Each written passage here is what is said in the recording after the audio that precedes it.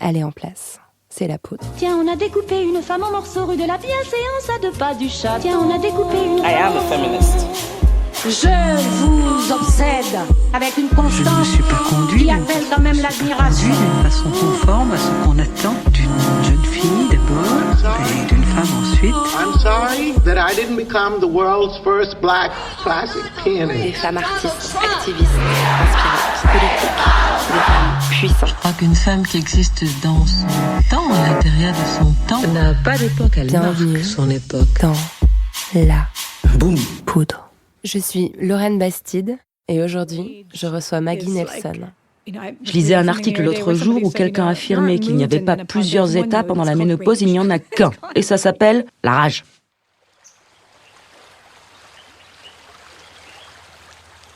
C'est drôle, ces derniers jours, les bleuets sont apparus parmi les coquelicots et les pissenlits dans la petite prairie qui borde la rivière. Les cueillir, les faire sécher entre les pages 58 et 59. Au fond de l'eau, un reflet lapis-lazuli attire mon regard. Je plonge ma main dans l'eau. Je ramasse l'objet. C'est un morceau de mosaïque ou peut-être un carreau de piscine. Bleu comme la rivière, bleu comme les bleuets, bleu comme un coup sur ma cuisse, comme mon âme les soirs d'été, comme l'encre de mon stylo sur mon carnet. Avec Maggie Nelson, on a parlé de Judith Butler, de violence et d'amour. Merci à Céline Leroy pour sa traduction et à Marie Laborie pour sa voix. Vous êtes prête ? On y va ? Très bien. Donc Maggie Nelson, vous êtes écrivaine et vous enseignez également à l'Université de Californie du Sud. Je suis très honorée de vous rencontrer. Merci beaucoup d'être avec nous aujourd'hui. Thank you. I'm thrilled to be here. It's so fun. J'ai lu Bleuet ce week-end au bord d'une rivière. Il y a beaucoup de rivières dans ce livre, du coup c'était un peu étrange. Ce texte parle du fait d'être amoureuse du bleu, de la couleur bleue. Vous dites que vous l'avez commencé non pas en écrivant le livre, mais en disant aux gens que vous écriviez un livre sur le bleu. Et les gens sont devenus vos ambassadeurs du bleu, vous ont raconté des histoires sur le bleu, vous ont apporté des objets bleus, vous ont présenté des personnes bleues. Et pendant que je lisais, j'ai trouvé ces 2 petites choses bleues que je voulais vous offrir. Ah, c'est pas vrai, c'est Ils génial. sont dans cette petite boîte. Je l'ouvre. Oui, Oh allez-y. my gosh, I can't believe it. And the blue. Oh mon Dieu, c'est génial. Non, j'y crois pas, la boîte est très belle avec ce bleu foncé. Ce sont des petites choses que j'ai trouvées au bord de la rivière. La petite pierre était Oh, dans l'eau. formidable, c'est magnifique, j'adore. C'est une fleur, c'est un bleuet, non ? Exactement. The real deal. Un vrai de vrai, incroyable. Merci beaucoup, vous les avez trouvés près de la rivière, dans la nature ? La pierre était dans l'eau, d'un bleu étincelant. Vous imaginez l'intensité de l'émotion que j'ai C'est très beau, ressentie ? merci 1000 fois. Je vais les garder précieusement. Vous devez en avoir des milliers. Non, pas du tout. Sans parler que mon hôtel consacré au bleu a été démantelé il y a très longtemps. Ça me donne envie d'en refaire un nouvel hôtel bleu. Merci, c'est vraiment adorable. Merci. Thank you. It's so sweet. Bleuet vient juste de sortir en français.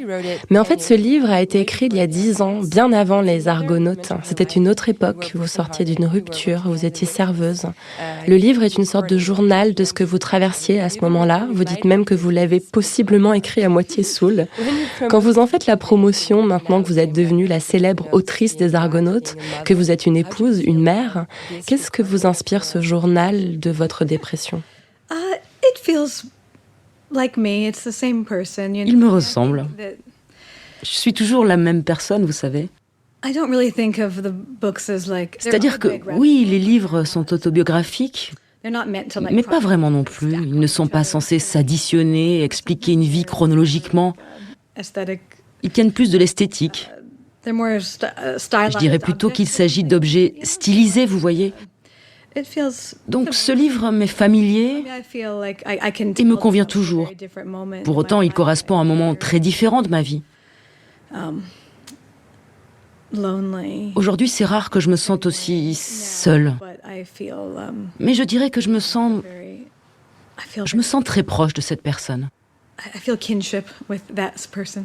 Ce n'est donc pas douloureux de revenir sur ces moments où vous voyez l'œuvre d'art et pas ce que vous C'est ressentiez ça, alors. oui. En fait, il y a certains de mes livres sur lesquels il est plus difficile de revenir que celui-ci. To go back Yes. to. You know. Oui, oui, j'imagine. So, I mean, you have here the red part. or Donc là, something par like that. exemple, je vois que vous avez une partie rouge. Harder. Ça, voilà, ça n'était pas forcément plus dur, mais disons, La dépression, la mélancolie, le blues, tout ça, ce sont des états qui sont toujours en nous et qui s'ancrent profondément d'une manière très différente d'un crime ou d'autre chose de ce genre. Donc il m'arrive encore de déprimer, vous voyez ce que je veux dire? Bien sûr, et puis c'est un livre doux et lumineux. Alors j'avoue, je suis amoureuse de votre cerveau. J'adore. Est-ce que vous voulez bien être Dieu, s'il vous plaît? Carrément. Ça serait vraiment génial, en fait.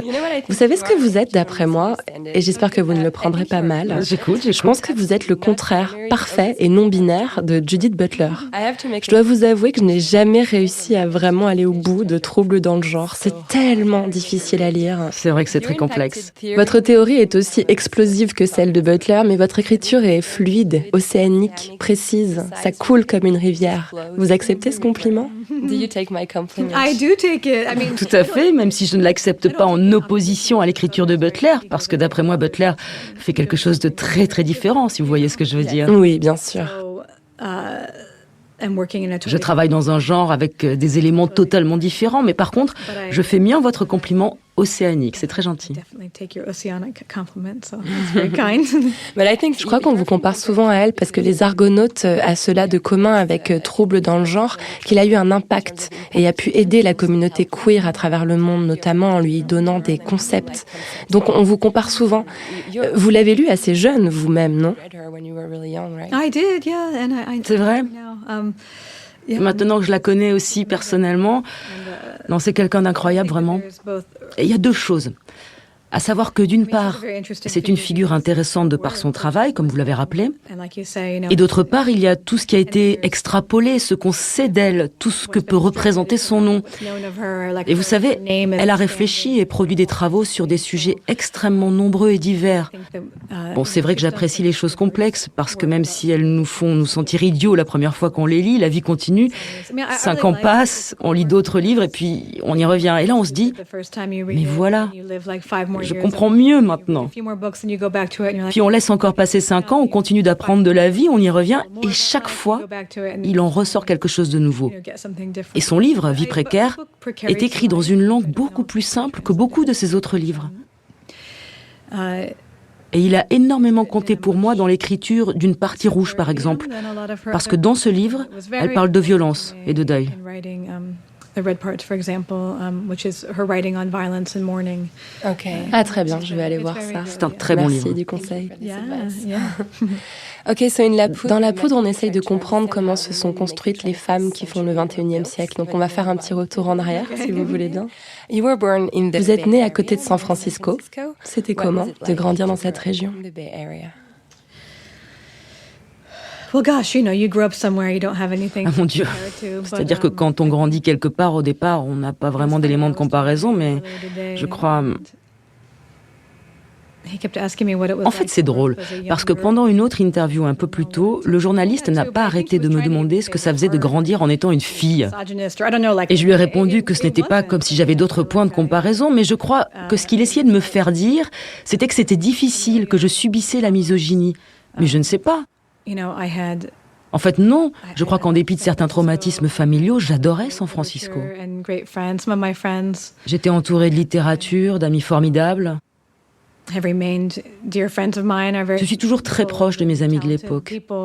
Des gens pleins d'audace et de talent. Il y avait notamment Lassa Tsela qui était... que je remercie d'ailleurs à la fin des Argonautes.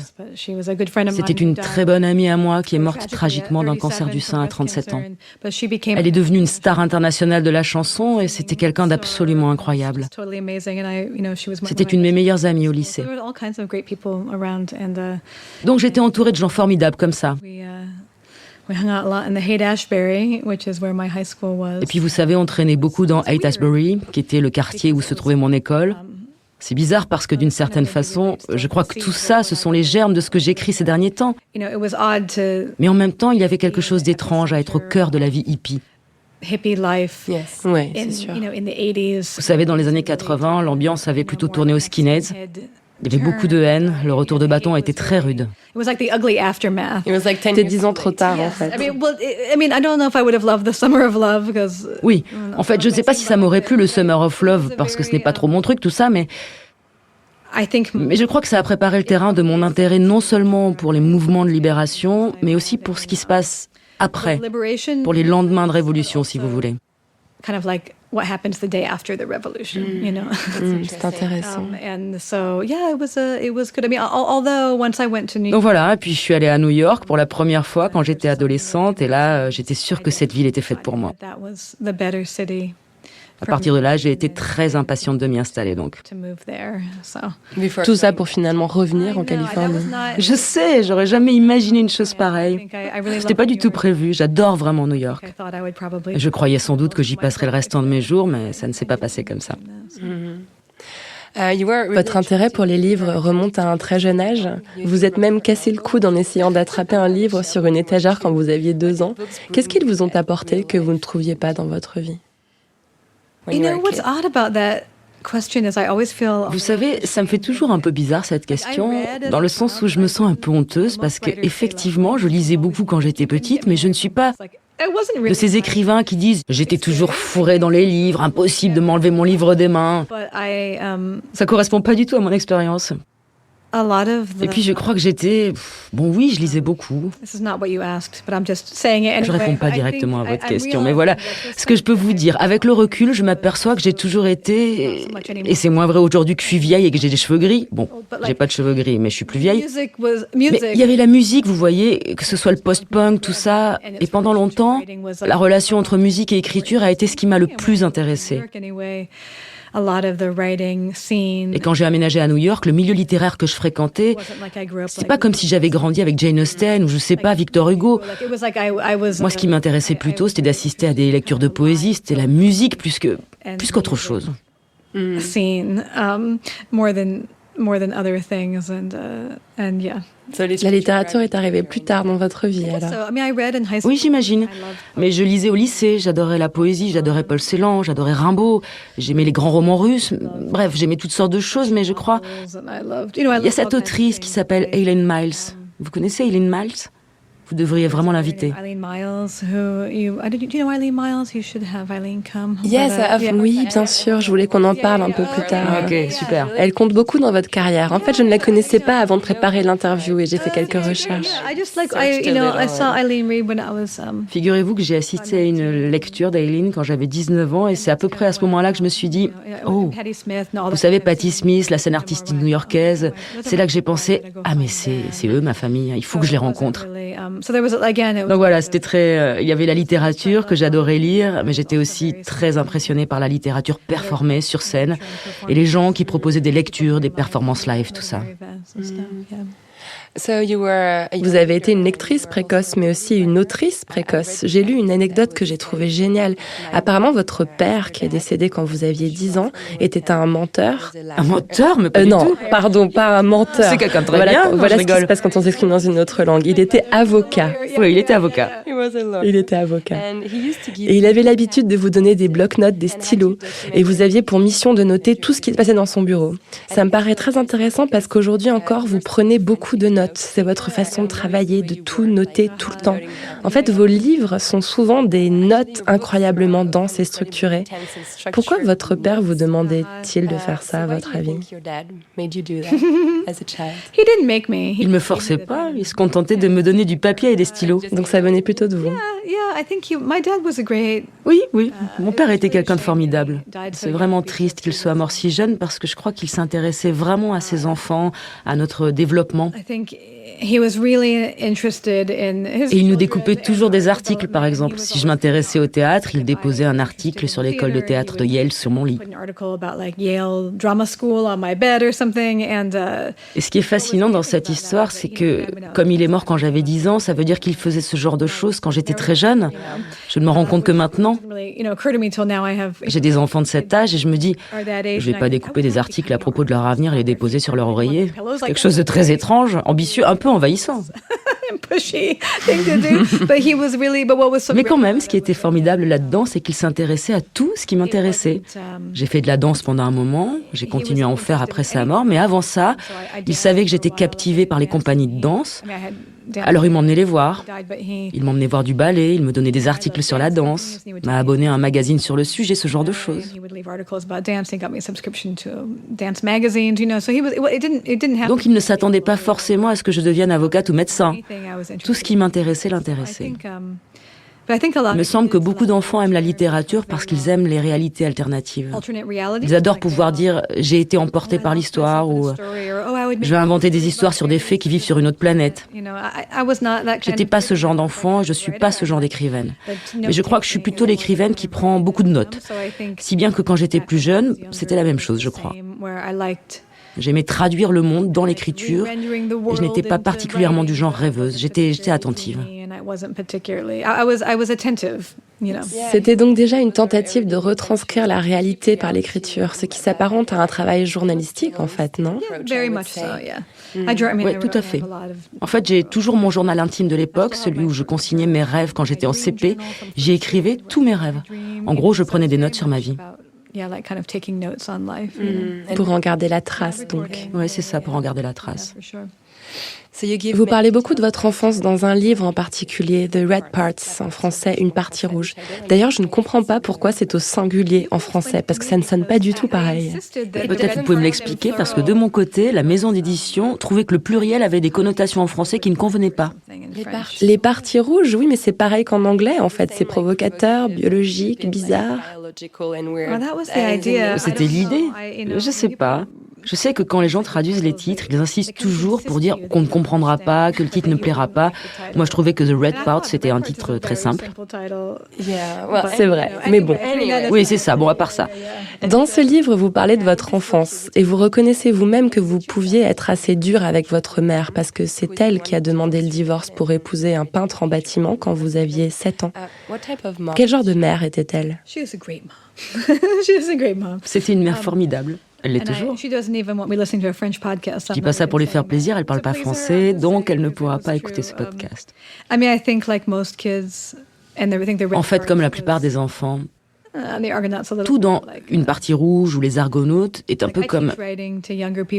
J'aime bien enseigner à des jeunes gens et je remarque que comme moi, tout le monde a plusieurs livres, ou au moins un livre dans lequel ils ont besoin de rendre leurs parents responsables de tout ce qui leur est arrivé. Vous voyez ce que je veux dire? Je crois que c'est quelque chose de normal jusqu'à environ 35 ans et qu'après ça, peut-être que ça change ou pas.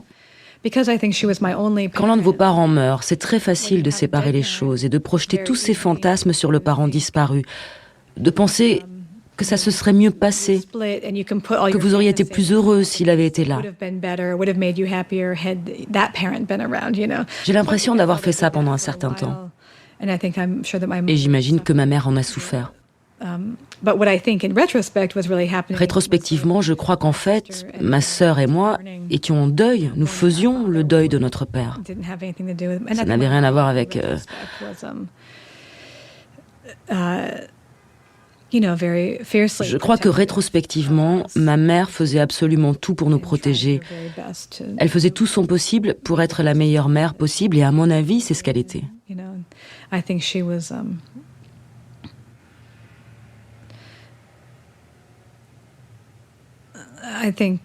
Si vous avez la chance que vos parents et vous viviez assez longtemps, alors vous avez la possibilité de partager plusieurs vies avec eux. Et j'ai la sensation que la vie que nous avons aujourd'hui est très différente de celle que nous vivions à l'époque. Mais votre mère était aussi, je crois, traumatisée. Oui, c'est sûr. Elle a vécu un événement tragique qui a eu lieu 4 ans avant votre naissance. Sa sœur Jane a été assassinée. Ça a déterminé votre carrière et votre vie. Votre carrière parce qu'en 2005, vous avez écrit Jane, A Murder, qui est un livre dans lequel vous faites revivre votre tante décédée. Et aussi dans votre vie parce que la violence et la peur sont très présentes dans votre enfance. La mort est là. Oui,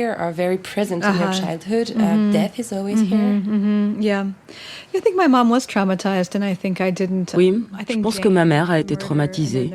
Et il me semble que Jane, A Murder et plus tard Une partie rouge représentait une tentative pour mieux comprendre à quoi avait ressemblé sa vie. Ce que ça faisait de grandir avec des parents beaucoup plus stricts et conservateurs. Puis il faut préciser qu'elle venait du Michigan, dans le Midwest. Et la culture y est très différente. Ça n'a rien à voir avec la façon dont j'ai grandi à San Francisco. Grandir dans les années 50 aussi, c'était très différent. Puis la perte de sa sœur, ça a été très dur. Ma mère s'est mariée très jeune, comme ça se faisait à l'époque. Après ça, et alors qu'ils n'étaient plus mariés, je crois que la mort de mon père a représenté un autre traumatisme pour elle. Mon père était son meilleur ami depuis leurs 15 ans. Ils sortaient déjà ensemble au lycée, ils se sont mariés après la fac. Et il est mort 1 an après le divorce et c'est elle qui a découvert le corps. Donc forcément, tout ça a été incroyablement difficile pour elle. Elle s'est sentie coupable en fait, comme beaucoup de femmes qui se sentent coupables de ce qui arrive autour d'elles. Oui, et si vous culpabilisez et que l'objet de votre culpabilité, par exemple votre ex-mari, meurt soudainement et laisse vos enfants orphelins de père, cela augmente d'autant plus votre culpabilité parce que vous portez un traumatisme dont vous n'êtes pas responsable mais qu'il vous faut gérer.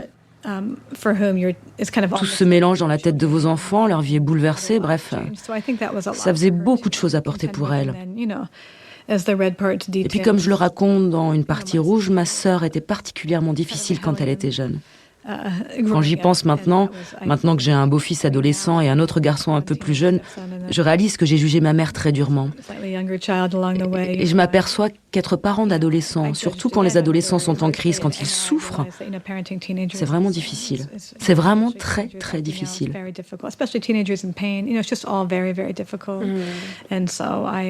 Pour autant, je ne pense pas que tous ses choix aient été parfaits, mais j'ai beaucoup de compassion pour elle. Oui, bien sûr. J'envisage cette époque de manière très différente aujourd'hui, évidemment. Moi aussi, elle m'a inspiré de la compassion quand j'ai lu le livre. J'ai été très touchée par ce que vous dites sur le traumatisme de votre mère par rapport au cinéma. Je connais ça très bien parce que j'ai vécu quelque chose de similaire que ce qu'a traversé votre mère. Et en fait, beaucoup de films contiennent des scènes où on viole, on frappe, on tue des femmes. La violence contre les femmes est partout, esthétisée. Et c'est insupportable quand vous savez que ça arrive vraiment. Oui. Et c'est pour ça que vous avez écrit The Art of Cruelty, l'art de la cruauté. C'est bien ça? Exactement. Je crois d'ailleurs que Jane, Une partie rouge, The Art of Cruelty vont tous les trois ensemble d'une certaine façon. The Art of Cruelty parle des représentations de la violence et du rapport ou non de ces représentations à la réalité. Parce qu'après tout, je suis chercheuse et critique, mais j'écris aussi sur ma propre vie. C'est pour cela qu'il ne me paraît pas toujours logique de recourir à un seul genre littéraire pour parler des choses. Et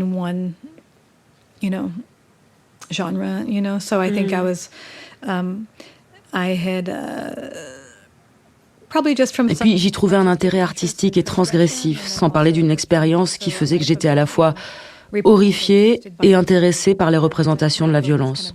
Ce livre est une sorte de collection de différentes choses que j'ai pu voir au fil des années. Et aussi des raisons qui font que les gens les regardent. Pour les gens comme ma mère, je crois que si vous devez gérer un traumatisme de cette nature, même si c'est pas le cas, il peut y avoir une espèce de phénomène de répulsion-attraction où on se retrouve attiré par des choses sombres, justement parce qu'on veut essayer de les comprendre. Et bien sûr, ces choses-là peuvent vous affecter de manière plus intense. Parce que je suis très affectée par ce que je vois. Mon compagnon est tout le temps en train de me dire « Mais arrête, ce n'est qu'un film ». Et je lui réponds « On ne fait pas de film pour qu'il n'ait pas d'impact sur les spectateurs. On les fait justement pour que ça ait un impact. Et s'ils n'en avaient pas, alors pourquoi les faire? Pourquoi se donner cette peine ?» La conclusion, c'est que d'après moi, nous avons tous les deux raison. Lui parce que oui, ce n'est qu'un film. Et moi parce que vous savez, quand vous regardez... Pardon, je connais pas le titre en français, mais si par exemple vous regardez un spectacle de danse, cela va faire naître une empathie kinesthésique et votre corps va avoir un peu l'impression de bouger lui aussi. Ça fonctionne de la même façon pour la violence. C'est ce que je crois en tout cas. Votre corps ressent des exhortations qui sont le miroir de ce que vous voyez à l'écran et je trouve ça fascinant. Ce que j'apprécie beaucoup chez vous et dans la succession de vos livres, c'est qu'ils semblent s'écrire d'eux-mêmes ou s'imposer à vous. Vous avez écrit Jane, a Murder pour trouver le courage d'affronter la violence et d'en parler librement. Puis il y a eu Une partie rouge parce que le dossier judiciaire de l'assassinat de votre tante a été réouvert et qu'il y a eu un nouveau procès. Et vous avez ensuite éprouvé le besoin de le documenter et il vous a fallu écrire The Art of Cruelty pour théoriser tout ça. C'est vraiment fascinant la façon dont vous... Je sais, c'est agréable quand on peut se délester en un seul livre, mais c'était un sujet très particulier. Il a fallu revenir dessus encore et encore. Pendant des années. Je sais, ça m'a paru très long de retravailler sur ce sujet. Peut-être que j'y reviendrai un jour, qui sait. Mais après tout ça, ça a été un grand soulagement de voir que cette décennie passée sur ces questions se refermait un peu. Ouais, j'imagine.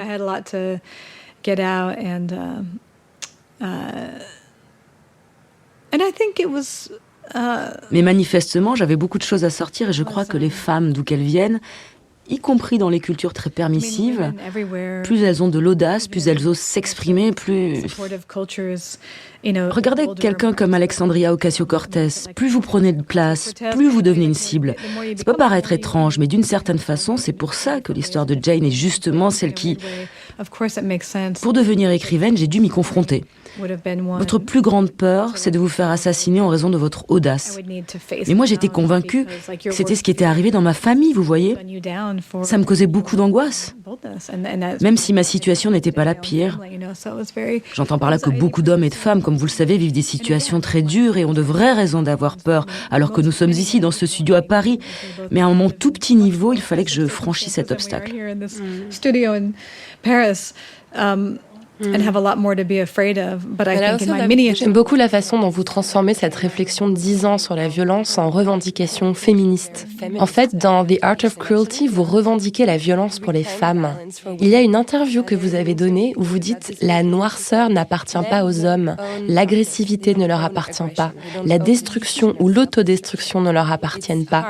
Je crois qu'il est difficile pour les femmes de savoir quelle part de noirceur nous revient, alors même que nous aussi sommes des animaux humains. » Cette part est le résultat d'une existence passée dans un monde qui n'en peut plus des forces destructrices de la misogynie et de l'agressivité masculine. C'était avec Björk. C'est dans cette lettre. C'est vraiment la bonne interlocutrice pour parler de ça. Cet échange d'emails avec Björk est incroyable, fascinant.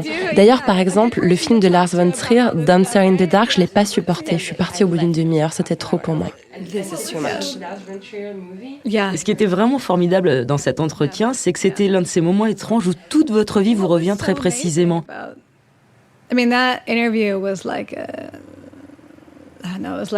Depuis mon plus jeune âge, 12 ou 13 ans, ça a été quelqu'un d'important, même si elle n'a que quelques années de plus que moi. Mais bref, j'ai 13 ans, elle en a 19, je la vois danser avec les Sugar Cubes sur MTV, et de mon côté, je viens d'avoir mes règles pour la première fois, etc. Je crois que j'ai écrit sur Dancer in the Dark et sur Lars von Trier dans au moins 2 livres. Dans The Art of Cruelty, c'est sûr, et j'ai aussi écrit dessus dans une partie rouge. Et dans ce film, je voyais mon idole être sacrifiée, tuée. C'était tout bonnement insupportable pour moi. Alors pouvoir en parler directement avec elle après toutes ces années, ça a été très... Je trouve pas le mot. Ça m'a beaucoup apaisée d'une certaine façon. Donc je pense que ce que j'ai dit était vrai. Je pense aussi que nous ne pourrons jamais savoir quelle part nous revient et quelle part revient à la misogynie. Mais je crois fermement que pour que les femmes soient traitées comme les animaux humains que nous sommes, nous ne pouvons pas faire l'économie de cette réflexion.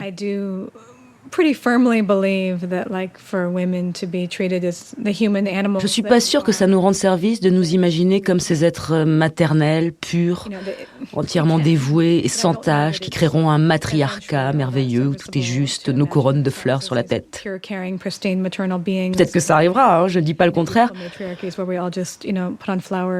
Mais je crois que vu où nous en sommes pour l'instant, il est important de ne pas projeter nos émotions sur les autres et de regarder plus honnêtement en nous-mêmes, parce qu'au final, bien sûr que c'est agréable de pouvoir dire « Oh, je crois que tout ça vient de là, mais vous savez... »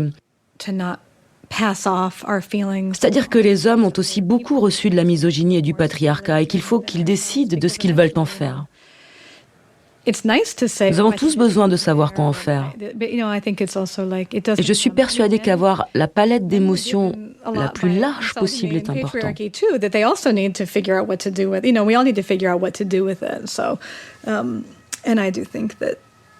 having a full range of human emotions is, I mean, you talk to anybody. Vous posez la question à n'importe qui et ils vous diront, par exemple, pendant la ménopause, eh bien, And, c'est la rage.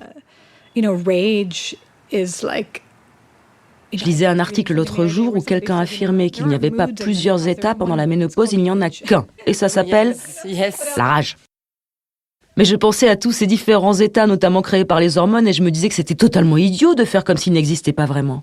Ouais, j'aime beaucoup ce geste féministe de revendication de la violence.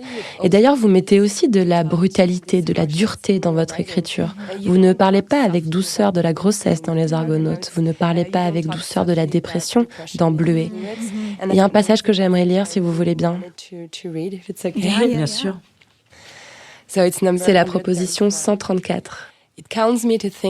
Considérer le bleu comme la couleur de la mort me calme. Depuis longtemps, je me figure l'approche de la mort sous la forme d'une vague qui enfle, un imposant mur bleu. Tu te noieras, me dit le monde, m'a toujours dit le monde. Tu descendras dans un enfer bleu, bleu à force de fantômes affamés, bleu Krishna, bleu les visages de ceux que tu as aimés. Eux aussi se sont noyés. Respirer dans l'eau. Cette pensée provoque-t-elle de la panique ou de l'excitation? Amoureux du rouge, on se taille les veines ou l'on se tire une balle. Amoureux du bleu, on remplit ses poches de cailloux bons à sucer et on se dirige vers la rivière. N'importe laquelle fera l'affaire. Rien que de lire, ça me donne des frissons. Regardez, c'est intense, c'est fort. Vous parlez du suicide et des pensées suicidaires. Yeah. Yeah. Yeah, I mean, I think, in my writing, whether it's pregnancy. Oui, je crois que dans mon écriture, que ce soit sur la grossesse ou autre chose, je ne cherche pas forcément à écrire de façon brutale et frontale, mais j'essaye d'être très claire. Le plus clair possible et la plus vraie. Je ne cherche pas à créer des effets de manche pour que ce soit plus fort.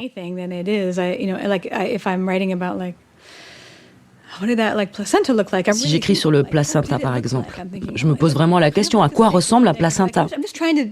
Et en y repensant, je me suis dit qu'il ressemblait assez à un steak. Mais mon but est de savoir ce que sont ces choses. C'est comme ça que je réfléchis. Et on en apprend beaucoup sur notre culture quand les gens vous disent « Oh, ça a l'air très dur ». Vous vous demandez « Ah bon, pourquoi ? Ce n'est pas dur ?»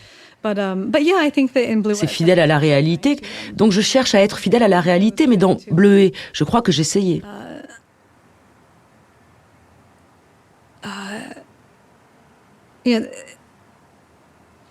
Vous connaissez Keats, le poète anglais. Il y a ce vers très connu qui dit « J'ai été presque amoureux de la mort ». C'est horrible, mais je crois qu'il y a manifestement une sorte d'ivresse qui peut accompagner une dépression. Pour moi, dans ce passage que vous venez de lire, je crois que j'essaye de dire que l'un des problèmes avec le suicide, c'est que les gens en parlent très souvent comme s'il pouvait être contagieux.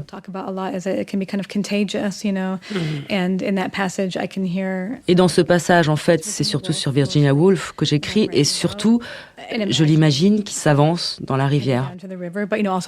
Mais vous savez, j'ai mentionné aussi Paul Celan, et d'ailleurs, à l'instant où l'on se parle, on se trouve tout près des berges du fleuve dans lequel il s'est jeté. C'est un poète qui compte beaucoup pour moi. Il y a aussi Beckett dans ce livre, quand il est question des cailloux à sucer, qui est tiré de Molloy, ou peut-être de Malone Meur, je ne sais plus. Même si, bien sûr, Beckett ne s'est pas suicidé, mais disons...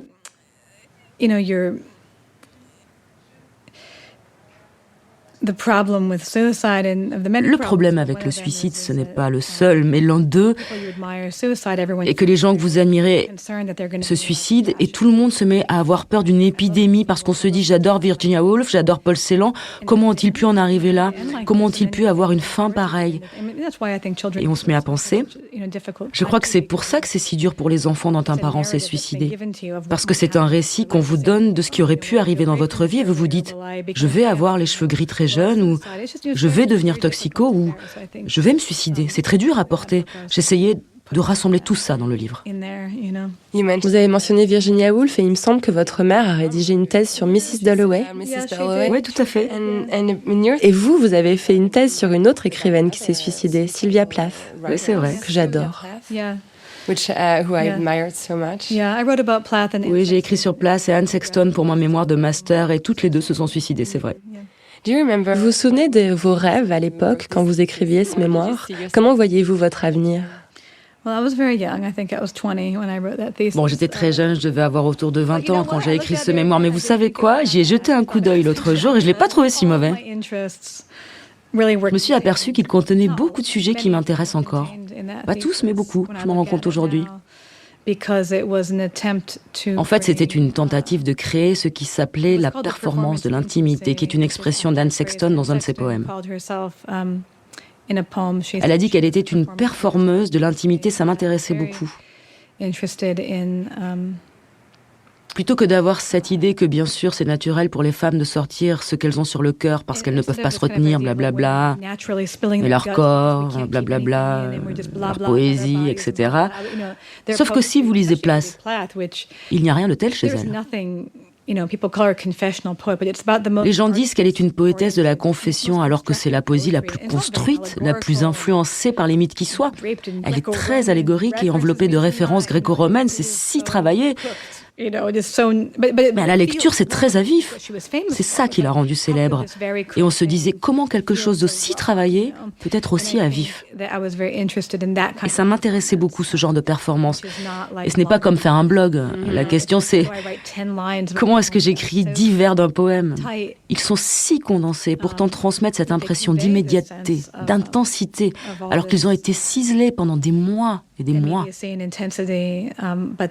But that may have been, chiseled for many, many months, and she worked obsessively with the... Plath ne se séparait jamais de ses dictionnaires des synonymes et de rimes quand elle écrivait. C'était un processus extrêmement laborieux, vous savez. But yeah, I think that there's a lot there that but I also wrote that thesis. Mais je crois qu'elle a écrit le recueil de poèmes intitulé Ariel un peu plus vite. Bref, on n'en est jamais sorti, mais ce mémoire, c'est aussi sur Foucault et sur les idées de Foucault concernant ce qu'il appelait, quel est le mot français? L'aveu, comme une confession? Oui, un aveu. And about Voilà, en fait, ce mémoire expliquait qu'on nous a toujours dit que le sexe est refoulé, alors qu'en fait, on finit pas d'en parler. Histoire de la sexualité, c'est un texte capital. Exactement, et plus on en parle, plus on crée ce genre de discours.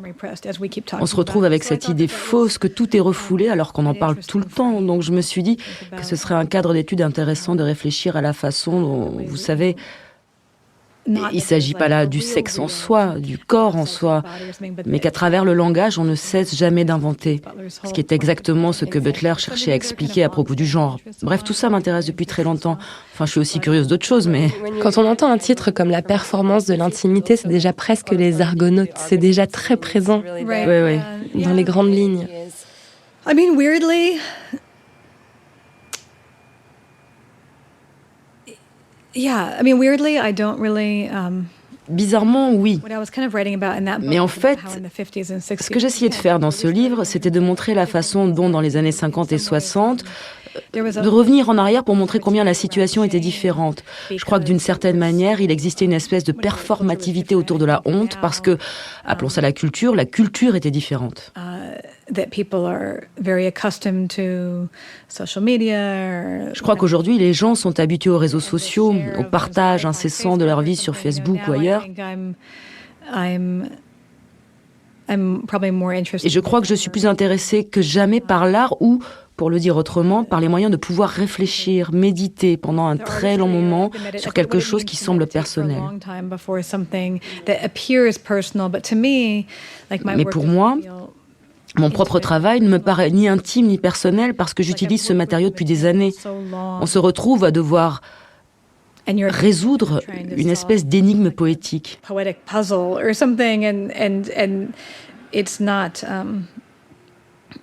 Et puis quand vous écrivez autobiographiquement, vos livres sont une sorte d'instantané de ce moment. Avec le temps, vous n'êtes plus au même endroit qu'au moment de l'écriture. Donc même pour les Argonautes, les choses ont changé pour Harry et moi. Ce n'est plus pareil. Non, beaucoup de choses ont changé. Vos enfants ont grandi, vous êtes confrontés à d'autres problèmes. Oui, nos enfants sont des créatures très différentes, ils ont d'autres problèmes. Et donc quand les gens disent « Comment avez-vous pu raconter autant de choses sur vous ?» Je pense sur nous, mais qu'est-ce que vous savez sur nous? Nous sommes d'une certaine façon ce matin, mais en fait, c'est génial parce que la vie échappe à l'art. Oui, je comprends. J'ai une question un peu étrange à vous poser. Êtes-vous née femme ou l'êtes-vous devenue? Je ne sais même pas si j'en suis une en ce moment. Je ne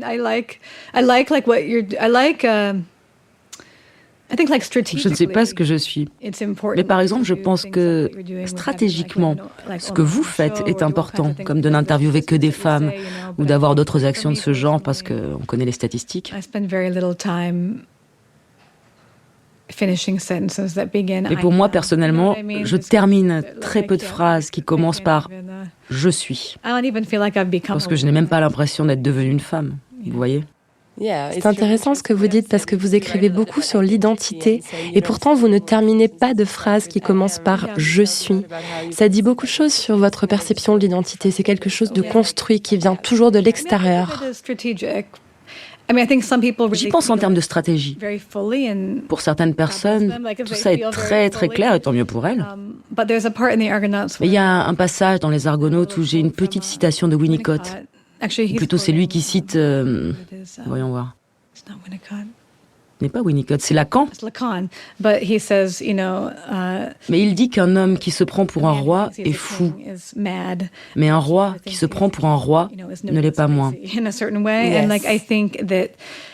Pour moi, si je disais « je suis une femme, je sais que je suis une femme, je suis une femme », je commencerais à penser que je suis folle. Je ne sais pas, ça n'a aucun sens pour moi. Pour être honnête, je ne saurais même pas quoi dire. Mais stratégiquement, je m'identifie en permanence comme étant de sexe féminin. Et ça me va aussi, vous voyez ce que je veux dire? Très bien.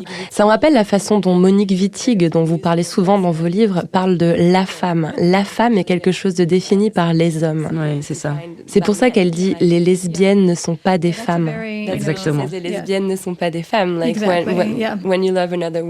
Quand on aime une autre femme, on sort de ce processus de domination que connaissent les femmes toute leur vie.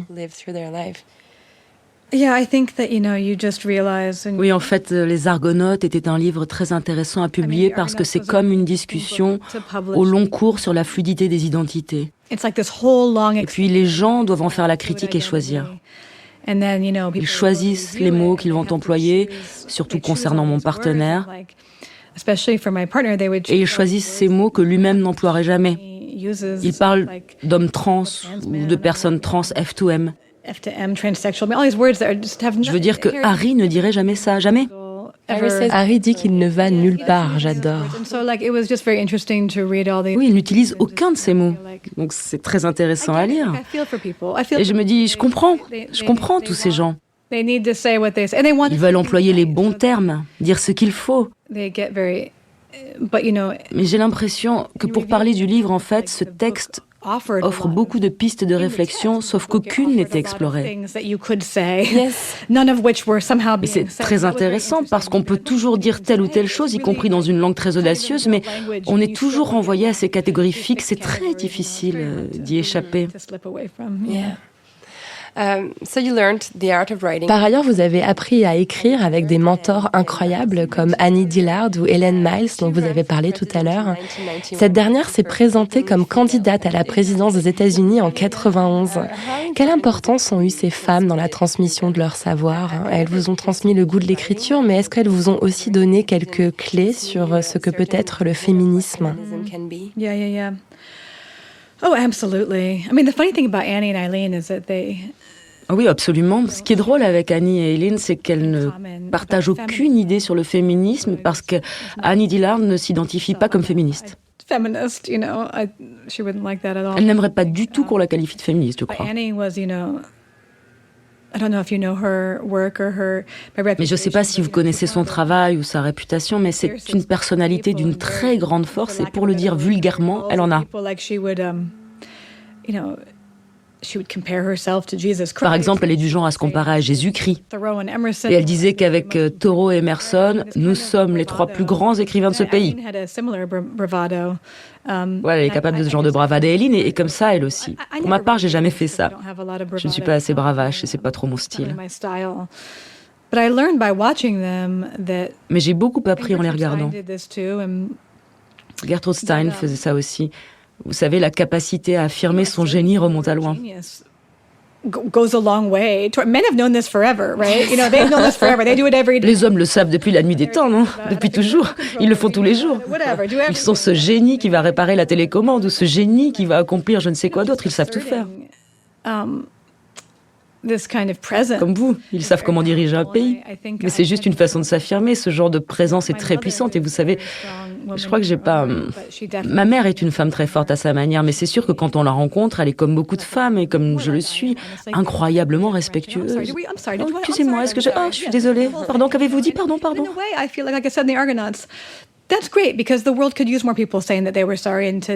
je continue de penser comme ce que j'ai écrit dans les Argonautes, c'est super parce que le monde aurait bien besoin de plus de gens capables de s'excuser, de laisser de la place. Il n'y a rien de mal à ça, il en faudrait même plus. Mais ça devient une habitude de céder sa place dans le monde et ça peut entraîner toutes sortes de dysfonctionnements, c'est paralysant.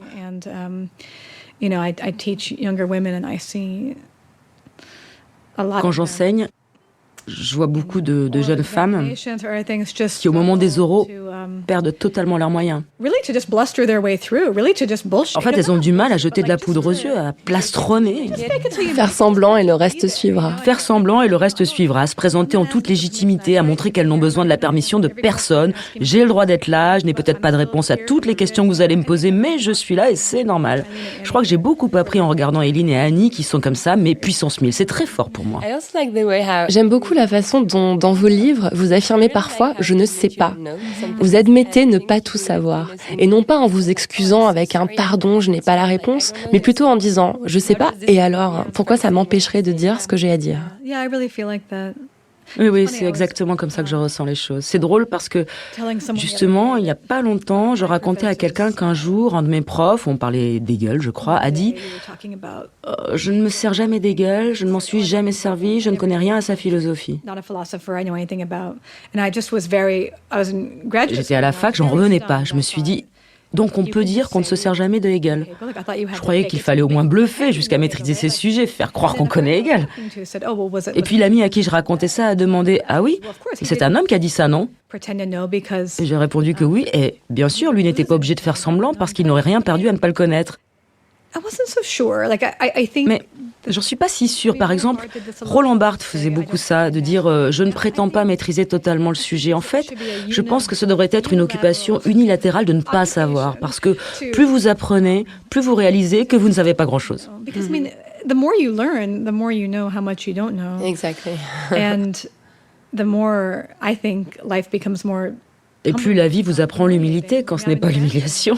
Là, par exemple, je suis en France et typiquement, vous regardez un enfant de 4 ans au restaurant parler français et vous pensez « cet enfant parle français et pas moi, c'est humiliant ». Ah, je connais ça. Oui, vous vous sentez très humilié. Dans chaque pays où vous allez, vous réalisez avec humiliation que vous ne comprenez rien à la politique de la Turquie. Vous ignorez le nom du Premier ministre japonais. On ne sait rien. Je crois que c'est bien de ne pas savoir, mais aussi mal de ne pas savoir. C'est bien de dire qu'on ne sait pas.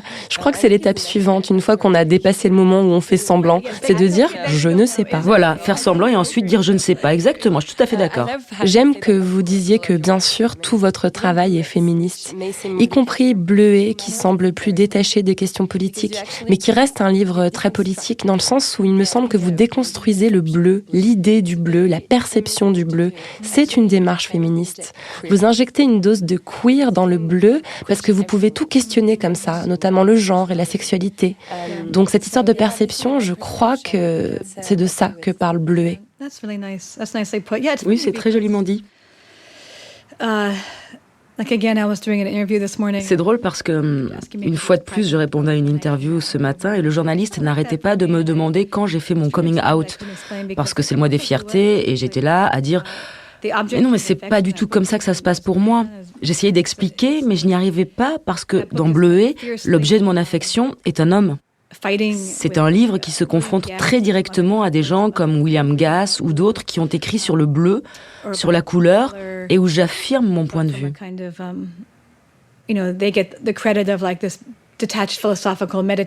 On attribue à ces auteurs le mérite d'avoir écrit ces méditations philosophiques et détachées sur le bleu. Donc dans mon livre, je joue avec ça et je dis, si je viens sur ce terrain-là, si je déboule au milieu de tous ces hommes dont je vois qu'ils parlent de couleurs, les Goethe, les Wittgenstein, les William Gass, alors je vais avoir 2 ou 3 trucs à leur dire. Et je représente ce désir totalement gratuitement d'un bout à l'autre du texte. Qu'est-ce qui va changer et qu'est-ce qui va rester pareil? Je crois que pour moi, cette activité se poursuit en fait à travers tous mes livres. Non pas que le queer ne compte pas, mais ce que je veux dire, c'est qu'il s'agit davantage d'une question de méthodologie que d'identité.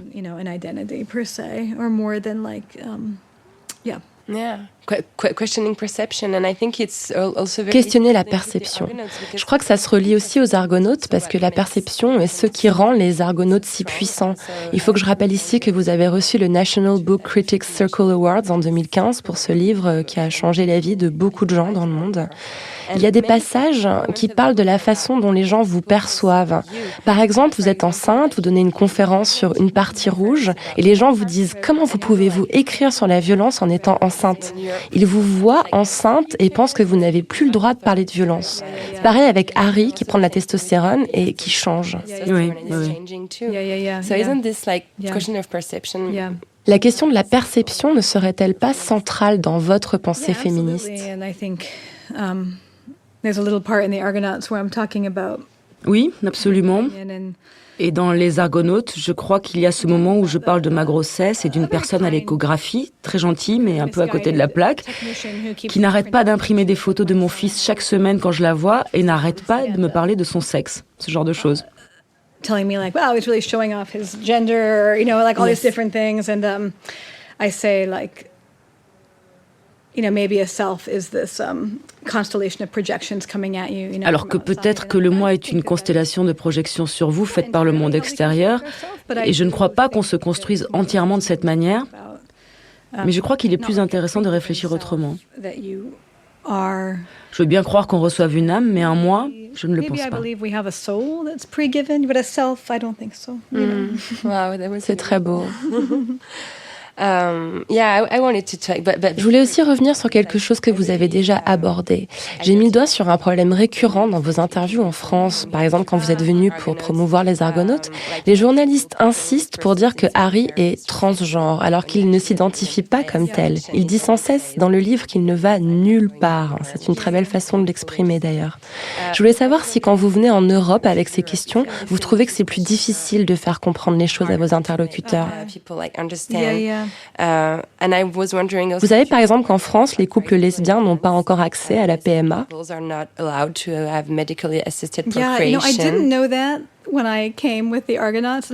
ne savais pas quand je suis venue ici pour les Argonautes et je le regrette parce que... C'est une question qui est débattue en ce moment même, vous imaginez ? Je sais, je lisais quelque chose là-dessus ce matin et je crois que si je l'avais su en venant la dernière fois, j'aurais été mieux préparée. Ou en tout cas, j'aurais été moins déstabilisée par les questions parce que...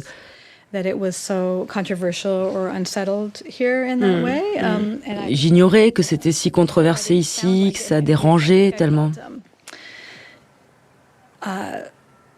Et j'espère que pendant ces interviews, j'avais pas trop l'air d'être sur la défensive dès qu'il était question de ma famille, parce que les questions étaient assez... C'est-à-dire du genre, vous appelez ça une famille ou en quoi êtes-vous une famille? Et à un moment, je finissais un peu par dire, je suis une famille parce que je suis une famille, c'est tout. J'étais très décontenancée quant au discours autour de la procréation assistée. Je comprends mieux aujourd'hui.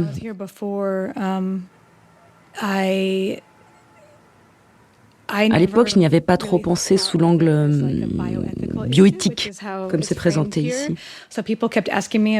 Et donc les gens n'arrêtaient pas de me poser des questions sur le clonage, des questions qui me paraissaient très hors sujet, ou sur les OGM. Je comprenais pas du tout. Oui, le lien entre... Oui, c'est ça, je comprenais pas. different. I don't know, I think Entre-temps, je suis rentrée chez moi, j'ai lu sur le sujet, sur ce qui se passait en France. not very much about Je sais pas, j'ai l'impression qu'on vit des temps bizarres. Et aux États-Unis, il n'y a pas grand-chose dont on peut être fier en ce moment. Ouais, I ça do c'est think sûr. that on Mais sur ce sujet, par contre, même si c'est récent, mais je pense à la décennie qui a précédé Trump et où il s'est passé plein de choses positives dans ces domaines. for all this stuff. So I think that Yeah, you wrote the Argonauts during the Obama I era. did, and Oui, vous avez écrit les Argonautes pendant le mandat bears the d'Obama. marks of that time, and it bears the marks of queers. C'est ça, et ça emporte la marque de l'époque et la marque du fait que la communauté queer s'inquiétait plus de l'assimilation que de la persécution, et Dieu sait combien de temps ça va durer. Forward unevenly. So yeah, Les choses avancent de manière saccadée. exciting and a little frightening to have the book. Donc oui, je pense que ça a été excitant et un peu effrayant de voir le livre voyager. Grateful, but I never really imagined Très excitant et je suis très reconnaissante. so many countries, with Mais c'est vrai que je n'aurais jamais imaginé qu'il serait publié dans tant de pays, y compris en Turquie, au Brésil, et tous ces pays où il y a une peur par rapport à la question du genre, et avec des mouvements fascistes et d'extrême droite très orientés sur la famille. family-oriented movement. So it's been I hope the book. Bref, j'espère que le livre fait avancer les choses, même si ce n'était pas pour ça que je l'avais écrit.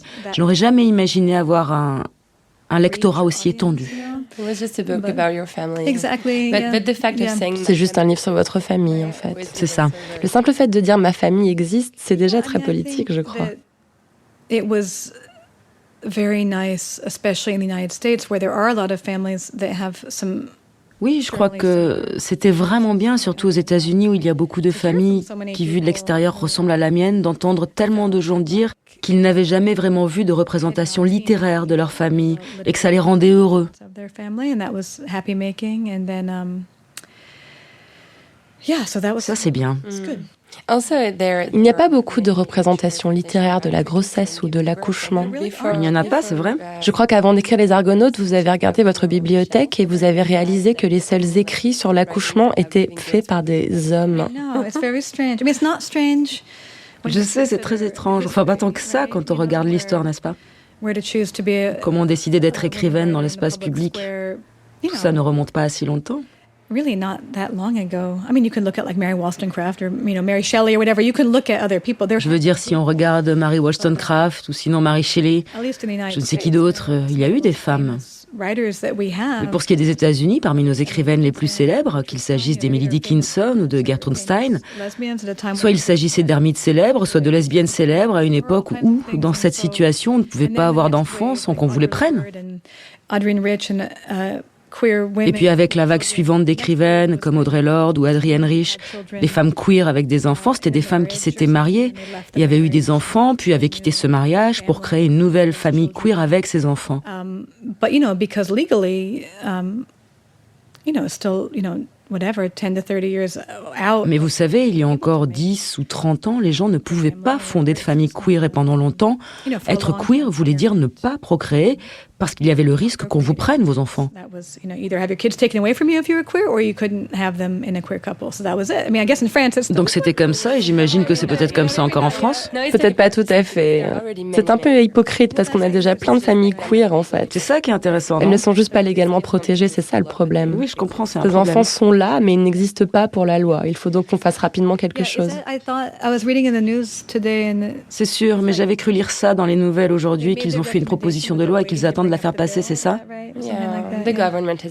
Ça fait des années que les gouvernements disent qu'ils vont voter cette loi. Et à chaque fois, ils trouvent quelque chose de plus urgent à faire. Ce qui donne le temps aux conservateurs d'étaler leur discours partout dans les médias en disant « Mon Dieu, la famille, blablabla ». But here's the thing that's so strange about Oui, mais c'est ce qui me semble le plus étrange et on n'est pas obligé de s'éloigner du sujet tant que ça, mais ce qui me paraît le plus bizarre donc, c'est que cette loi sur la PMA, elle est aussi valable si vous vivez une relation hétérosexuelle pendant 2 ans. Production if you live 2 years in a straight relationship. Donc l'inquiétude qui est exprimée ne concerne pas la bioéthique ni l'origine de l'enfant, mais la perception des choses, non? C'est incroyable. Et si vous êtes célibataire, vous ne pouvez pas non plus avoir une PMA. Donc ça revient à dire que vous ne pouvez en bénéficier que si vous êtes une femme hétérosexuelle en couple. C'est tellement bizarre.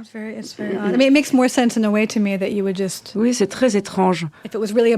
En fait, si c'était vraiment un problème de bioéthique, on dirait simplement non, on ne pense pas qu'on devrait avoir recours à la procréation médicalement assistée tout court. Donc c'est très étrange. Je sais, cette bizarrerie est malheureusement typiquement française. Je voulais aussi que vous nous parliez un peu du concept de la métrophobie. C'est vraiment intéressant. Vous pouvez nous expliquer? En fait, cela correspond à la peur des mères, mais je crois que la façon dont je l'ai utilisée, que ce soit dans des conversations ou ailleurs, cela concernait la métrophobie dans la littérature. Et dans la façon dont j'ai employé ce terme, en fait, moi aussi, je souffre de métrophobie. Je pense que c'est le cas de beaucoup de gens. Je ne crois pas qu'on puisse vivre dans cette culture et ne pas... Surtout si on vous répète que devenir mère va vous empêcher de réfléchir, tuer votre carrière,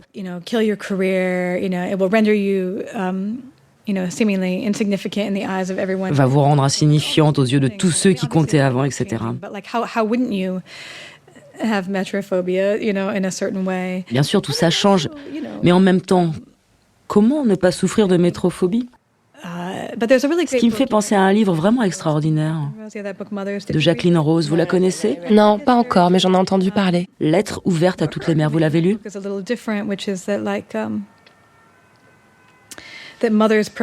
C'est vraiment très bien. Mais l'argument qu'elle avance dans ce livre est un peu différent. Elle dit que les mères provoquent le sadisme, non pas la phobie, mais le sadisme, parce qu'on leur fait porter l'idée, vous savez, de l'amour inconditionnel et du sacrifice de soi, de tout faire pour ses enfants, et qu'ensuite, elles ne remplissent pas parfaitement leur fonction, qui par définition est une fonction impossible à tenir. Et donc pour ça, on les punit violemment.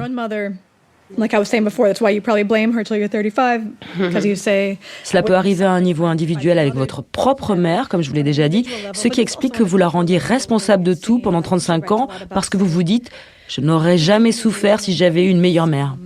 Il y a donc le niveau individuel, mais qui en fait est aussi un niveau culturel. Rose écrit beaucoup sur la diabolisation des mères. Les mères immigrées qui viennent accoucher au Royaume-Uni uniquement pour profiter du système de santé, comme si elles faisaient vraiment ce qu'on projette sur elles. Même chose avec les gens venant d'Amérique centrale ou du Mexique aux États-Unis. Comme s'ils essayaient dans un monde où il est presque impossible de bien s'occuper de son enfant, et au lieu d'agir politiquement pour rendre le soin aux enfants plus facile, on diabolise les mères. Comment a-t-elle pu emmener son enfant dans ce train? Tout ce qui l'intéresse, c'est notre système de santé. Tout ça, c'est la même chose. Donc je crois que la métrophobie et le métrosadisme sont très liés. Et il me semble que c'est important de les étudier dans la culture au sens large, dans ce qu'on exige des mères, et à un plus petit niveau, dans ce qu'on exige de nos mères à nous. Ça me rappelle aussi à la question des délinquants. On finit toujours par dire que c'est à cause de la mère. Elles les ont pas bien élevés, etc. Oui, où était leur mère?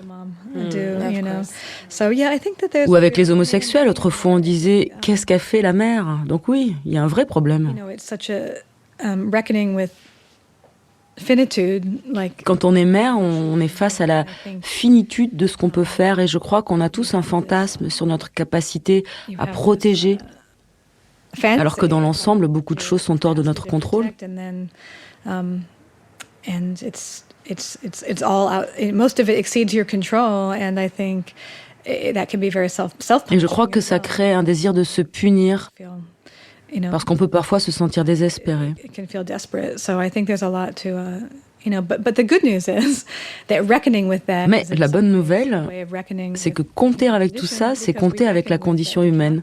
On sait qu'on ne peut pas tout contrôler et qu'on ne peut pas toujours se protéger de la souffrance, nous-mêmes ou ceux que nous aimons.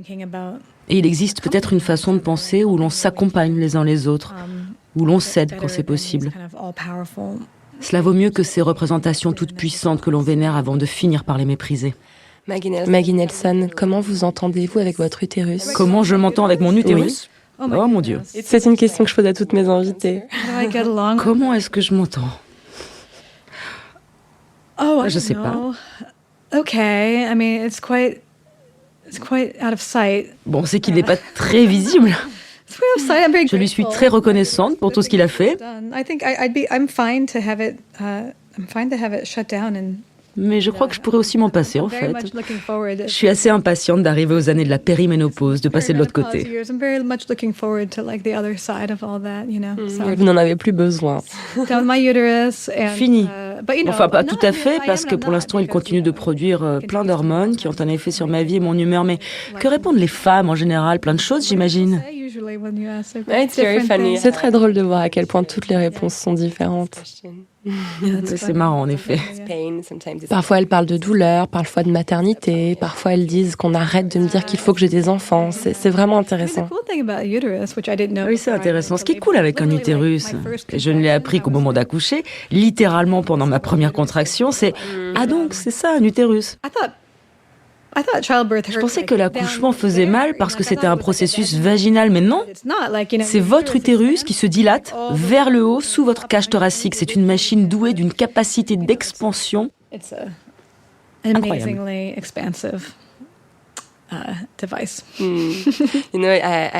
Vous savez, j'ai relu Les Argonautes ce week-end et j'ai pleuré comme une madeleine pendant les 30 dernières pages. Ça m'était déjà arrivé à la première lecture et ça l'a refait. C'est tellement beau.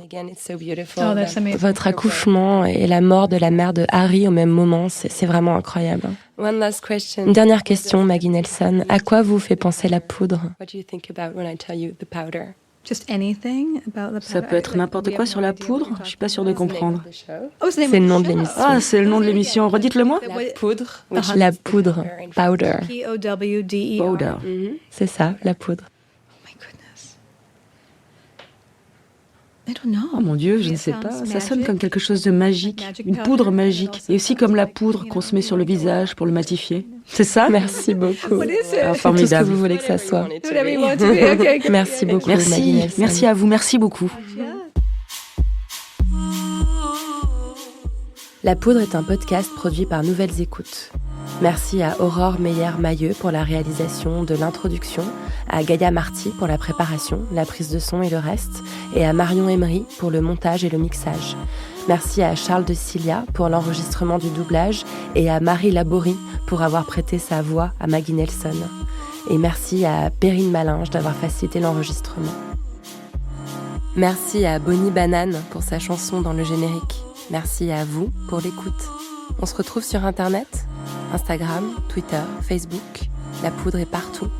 Si vous avez des réflexions, des compliments ou des critiques à faire, n'hésitez pas. J'adore ça. Ah, j'allais oublier, pour lire les mêmes livres que moi, allez sur le site La Poudre lit. Vous connaissez la suite. Prenez soin de vous et continuez de faire parler la poudre.